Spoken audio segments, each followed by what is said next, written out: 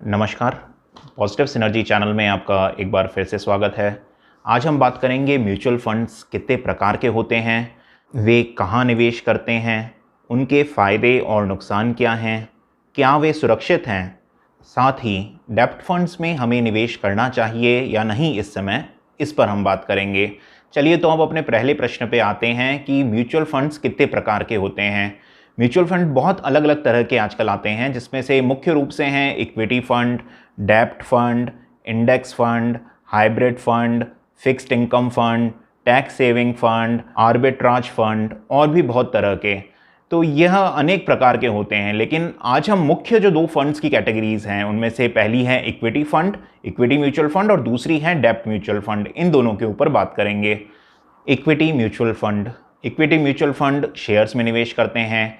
इनका मुख्य मकसद होता है शेयर्स में निवेश करना और कंपनी की शेयर्स की जो बढ़ती हुई कीमतें हैं उनसे लाभ पहुंचाना अपने निवेशकों को। इक्विटी म्यूचुअल फंड्स में आपको निवेश तभी करना चाहिए जब आपका नज़रिया लॉन्ग टर्म हो। इसको कम से कम 7 और अधिकतम जितना आप समय दे सकें उतना ही आपके पोर्टफोलियो के लिए अच्छा होगा। इक्विटी म्यूचुअल फंड की बहुत सारी सब कैटेगरीज हैं। अब इनमें से मुख्य जो हम रोज सुनते हैं उनके ऊपर चर्चा कर लेते हैं। वे हैं large cap fund, mid cap fund, small cap fund, multi cap fund.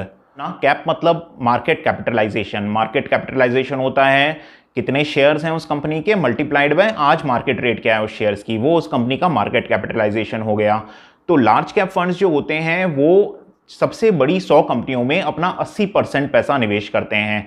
उनकी जो सेबी की रिक्वायरमेंट है उन्हें अपना 80% पैसा बड़ी कंपनियों में, टॉप 100 कंपनीज में जो कैपिटलाइजेशन के हिसाब से, मार्केट कैपिटलाइजेशन के हिसाब से हैं, उनके अंदर निवेश करना होता है। तो मिड कैप फंड्स को अपना 65% पैसा 101वीं कंपनी मार्केट कैप के हिसाब से लेकर 250वीं कंपनी, इन कंपनियों के अंदर इनको अपना 65% पैसा लगाना होता है।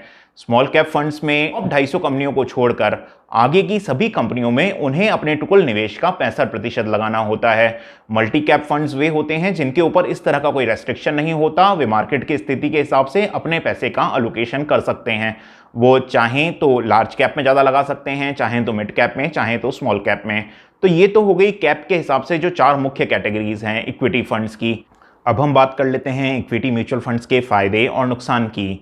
तो इसका मुख्य फायदा है, सबसे पहला फायदा है डाइवर्सिफिकेशन, दूसरा फायदा है लिक्विडिटी, तीसरा फायदा है प्रोफेशनल फंड मैनेजमेंट, चौथा फायदा है यह बहुत कम पैसों से आप स्टार्ट कर सकते हैं, 500 रुपये से, पांचवा फायदा है लो कॉस्ट और फ्लेक्सिबिलिटी। हमने म्यूचुअल फंड वाले वीडियो में ये इन सारी फायदों के ऊपर बात करी थी, तो अब उनको नहीं दोहराते हुए हम इसके नुकसान के ऊपर बात करते हैं। इसका जो मुख्य नुकसान वो यह है कि यह शॉर्ट टर्म के लिए नहीं है। अगर किसी निवेशक को कम समय के लिए पैसा लगाना है तो उसे इसका चुनाव नहीं करना चाहिए। दूसरा इसका नुकसान यह है कि इसमें कोई गारंटी नहीं है रिटर्न की। इसमें लंबे समय में अच्छा रिटर्न बनता है, वो प्रीवियस रिकॉर्ड्स पे आधारित है। यहाँ कोई गारंटी नहीं ले सकता कि इतना मिलेगा ही मिलेगा। तीसरा इसका नुकसान यह है कि यहाँ पे चॉइसेस बहुत ज़्यादा हो गई हैं। इसमें इतनी सारी स्कीम्स हैं और इतने सारे फंड हाउसेस हैं कि अब उसमें से सही स्कीम को चुनना बहुत मुश्किल हो गया है।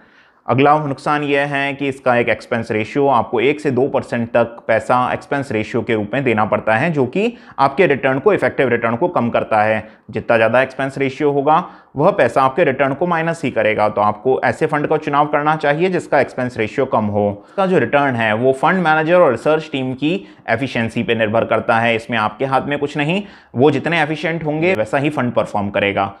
तो ये तो हो गए इक्विटी म्यूचुअल फंड के मुख्य नुकसान। अब हम अपनी दूसरी कैटेगरी जो कि डेब्ट फंड है उसके ऊपर बात कर लेते हैं। डेब्ट फंड अपना पैसा लगाते हैं, जो भी पैसा उन्हें निवेशकों से मिलता है उस पैसे को वो लैंड करते हैं फिक्स्ड इनकम जनरेटिंग अपॉर्चुनिटीज में। इसके कुछ उदाहरण हैं corporate bonds, money market instruments, treasury bills, government securities, commercial papers etcetera. डेब्ट mutual funds comparatively safer option है। यह उस पैसे को या तो गवर्नमेंट एजेंसीज या फिर प्राइवेट कंपनीज इनको लोन के रूप में देते हैं और उनसे एक ब्याज लेते हैं। ये लोन शॉर्ट टर्म भी होता है, जैसे कुछ ही दिन के लिए, या फिर ये कुछ सालों तक के लिए भी हो सकता है। तो इस पैसे पे वो उन कंपनी से ब्याज लेते हैं और यह ब्याज वो फिर अपने निवेशकों को देते हैं। ये फंड्स किसको लोन देंगे यह डिसाइड होता है कंपनी की क्रेडिट रेटिंग के ऊपर। जिस तरह से इंडिविजुअल्स हम लोग लोन लेने जाते हैं तो हमारा एक सिबिल स्कोर होता है, हमारा एक क्रेडिट स्कोर होता है। अगर हमारा क्रेडिट स्कोर अच्छा है तो हमें आसानी से लोन मिल जाता है और हमें ब्याज भी कम देना पड़ता है उस लोन के ऊपर। उसी तरह कंपनियों की भी क्रेडिट रेटिंग होती है। तो कंपनियों की क्रेडिट रेटिंग में जिस कंपनी की क्रेडिट रेटिंग अच्छी है उसको कम ब्याज पे आसानी से लोन मिलता है, और जिसकी क्रेडिट रेटिंग अच्छी नहीं है उसे लोन आसानी से नहीं मिलता और उसे उस लोन पे ब्याज भी ज़्यादा देना पड़ता है। अच्छा क्रेडिट स्कोर इस बात की संभावना को बढ़ाता है कि कंपनी मूल और ब्याज अपने समय पर लौटा देगी। कंपनियों की जो क्रेडिट रेटिंग की जाती है उसमें टॉप जो रेटिंग है वो है AAA। तो AAA रेटिंग वाली कंपनियां सबसे ज़्यादा सुरक्षित मानी जाती हैं। तो जो डेब्ट फंड्स उन कंपनीज को लोन दे रहे हैं उनमें ब्याज तो कम मिलेगा, लेकिन वो कंपैरेटिवली ज़्यादा सुरक्षित होंगे। अगर कोई डेब्ट फंड बहुत ज़्यादा रिटर्न दे रहा है तो इसका अर्थ ये भी हो सकता है कि वह ज़्यादा ब्याज पर कम क्रेडिट रेटिंग वाली कंपनीज को लोन दे रहा हो, जिसमें उसके मूल और ब्याज के डूबने की संभावना भी बढ़ जाती है, क्योंकि वही कंपनी तो ज़्यादा इंटरेस्ट देगी जिसे आसानी से लोन नहीं मिलता।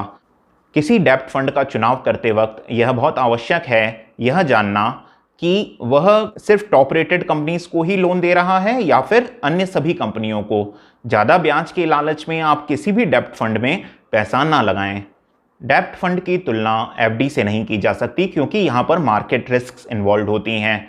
अभी एक रीसेंट एग्जाम्पल हुआ था DHFL का। DHFL दिवालिया हो गई और उसने बहुत सारे डेब्ट फंड से लोन ले रखा था।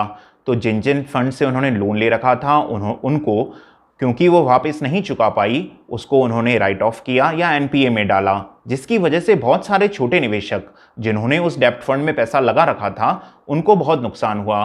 कई डेब्ट फंड्स के अंदर तो DHFL का हिस्सा 30% से ज़्यादा भी था, 10 से लेकर 30% तक बहुत से म्यूचुअल फंड्स में DHFL का हिस्सा था। तो इससे हम ये सीख सकते हैं कि जब भी हम किसी डेब्ट फंड का चुनाव करें उसमें किसी एक कंपनी का शेयर बहुत ज़्यादा नहीं होना चाहिए। अगर किसी एक ही कंपनी के ऊपर अगर वो निर्भर है और उसमें एक ही कंपनी का बहुत ज़्यादा परसेंटेज है तो ऐसे डेब्ट फंड को अवॉइड करना चाहिए, क्योंकि यहाँ पर आपकी रिटर्न एक कंपनी के ऊपर निर्भर कर रही है और एक कंपनी को हुआ लॉस आपको काफ़ी लॉस दे सकता है। तो बेस्ट डेब्ट फंड तो वह होगा जहां पे बहुत ज़्यादा डाइवर्सिफिकेशन है, उन्होंने AAA रेटेड कंपनीज को दे रखा है और बहुत सारी कंपनीज को छोटे छोटे लोन दे रखे हैं। किसी भी एक कंपनी के बैंकरप्ट होने के बाद भी उसके ऊपर उसकी NAV पे इतना फर्क नहीं पड़ेगा।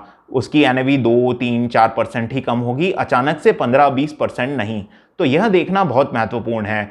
वैसे जानकारी के लिए DHFL भी 2019 फरवरी तक AAA रेटेड कंपनी थी और आज उसकी यह स्थिति हो गई है कि वो बैंकरप्ट हो गई है। तो किसी भी कंपनी के साथ रिस्क, यहाँ मार्केट रिस्क इन्वॉल्व रहती हैं, किसी भी कंपनी के साथ कभी भी कुछ भी हो सकता है, तो हमेशा आपको सावधानी रखनी चाहिए। डेब्ट के अंदर भी बहुत सारी स्कीम्स हैं जिसके ऊपर हम आगे फिर चर्चा करेंगे, क्योंकि एक ही वीडियो में सबको चर्चा करना संभव नहीं।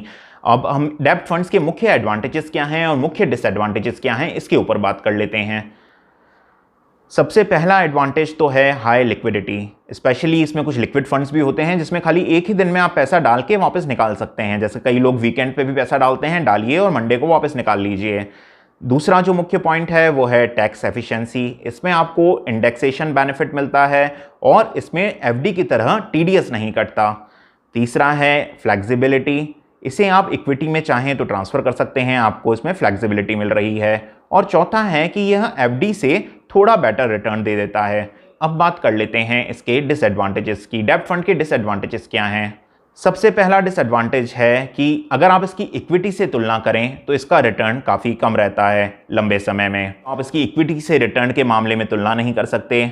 दूसरा, यह रिस्क फ्री नहीं है, जैसा कि हमने अभी अभी देखा। इसके साथ भी मार्केट रिस्क इन्वॉल्व हैं। हाँ, वो इक्विटी की तुलना में कम ज़रूर हैं।